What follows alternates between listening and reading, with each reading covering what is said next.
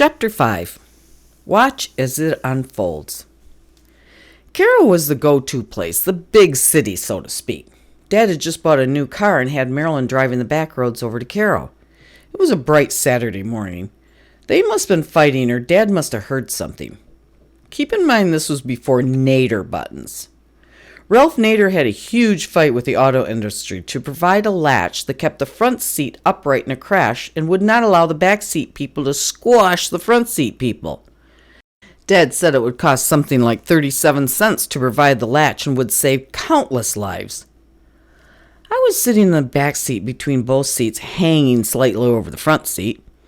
For some reason, Dad swung his foot over the drive shaft and slammed the gas pedal down hard and said, "You want to drive fast, you do it with me in the car." Well, everybody was screaming now. Marilyn was begging him to stop. The road was thin, deep ditches on each side, curves, and the scariest bridge in my whole life was coming up fast, but he wouldn't stop. What the hell? What did I do? Let me out. More begging, more screaming, more deep ditches screaming by. The whole world turned into a screaming mess so quickly. It had been such a lovely day. What happened? Am I going to die today, I thought? He eventually stopped, but he taught a lesson that day that would fall under the category of unintended consequences. This man was definitely out of his league raising Marilyn. That fall, John Kennedy was assassinated. I was in 4th grade.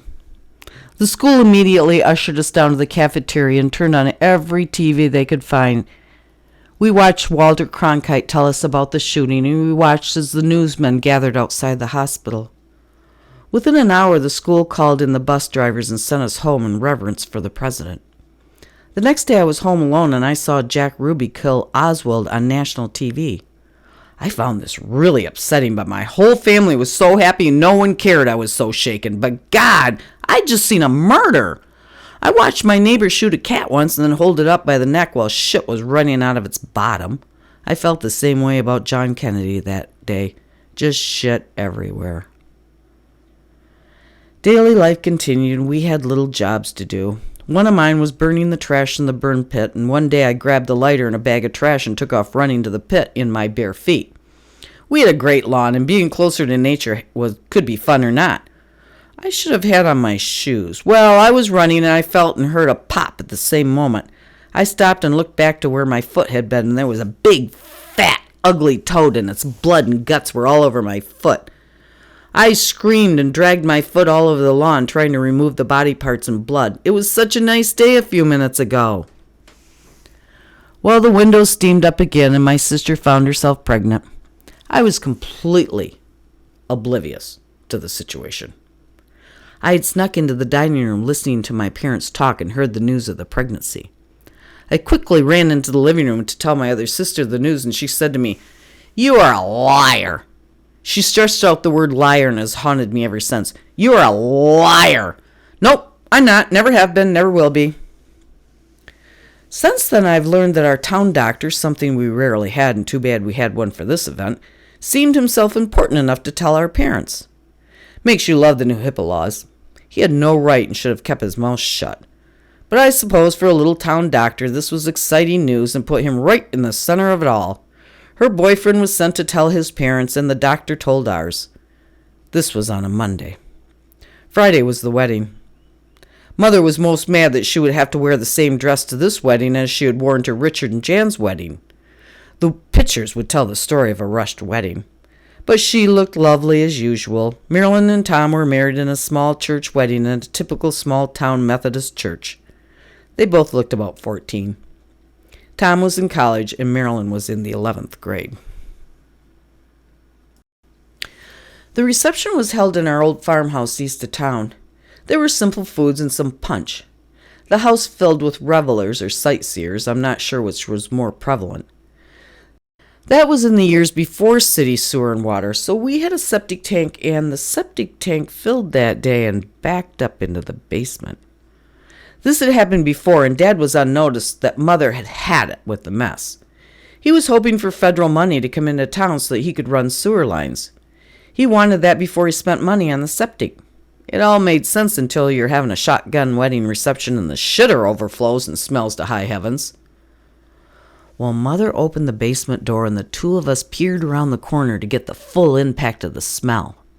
The basement had turned into a little lake of floating toilet paper and poop. I could tell Mother was ready to kill.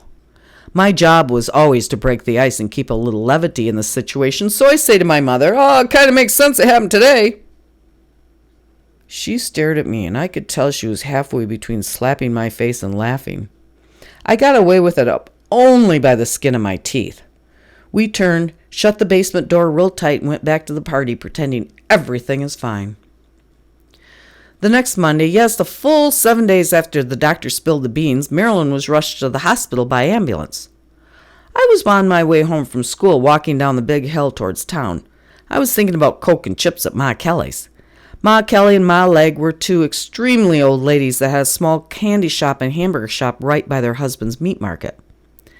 They had the oldest, huge cast iron skillet that had been only wiped out for years and never washed. That thing reeked of flavor. If you ordered a hamburger, they would slip out the back, run past the still used outhouse, and into the back of the meat market. There, Mr. Legg would hand one of them a ball of fresh meat. As they walked back, they would form a patty and throw it into the skillet. Then they would fry the bun in the grease. Best hamburger you would ever have. Well, my dreams of Coke and chips started to dissolve when my sister Jane comes running up to me panting and saying, "Come here, I have something to tell you." Well, this drew a little crowd of us around until there was a little circle of chatting, inquisitive girls. Jane then proceeded to tell me that Marilyn had been rushed to the hospital to have her appendix removed. Again, we should review my processing ability. I was always a little slow on the uptake, and I would have only just turned 9. I said back to Jane with great confidence, "Marilyn already had her appendix out." Well, Jane gasped, and the girls stared at me for about 3 seconds, and then they all turned on their heels and ran off. Jane said something derogatory to me and ran away. I stood there wondering what just happened, and I figured it was something else I had to remember and figure it out later. I had to Ma Kelly's anyway. So there was my lesson on staying quiet and letting events unfold without sticking your nose into the process.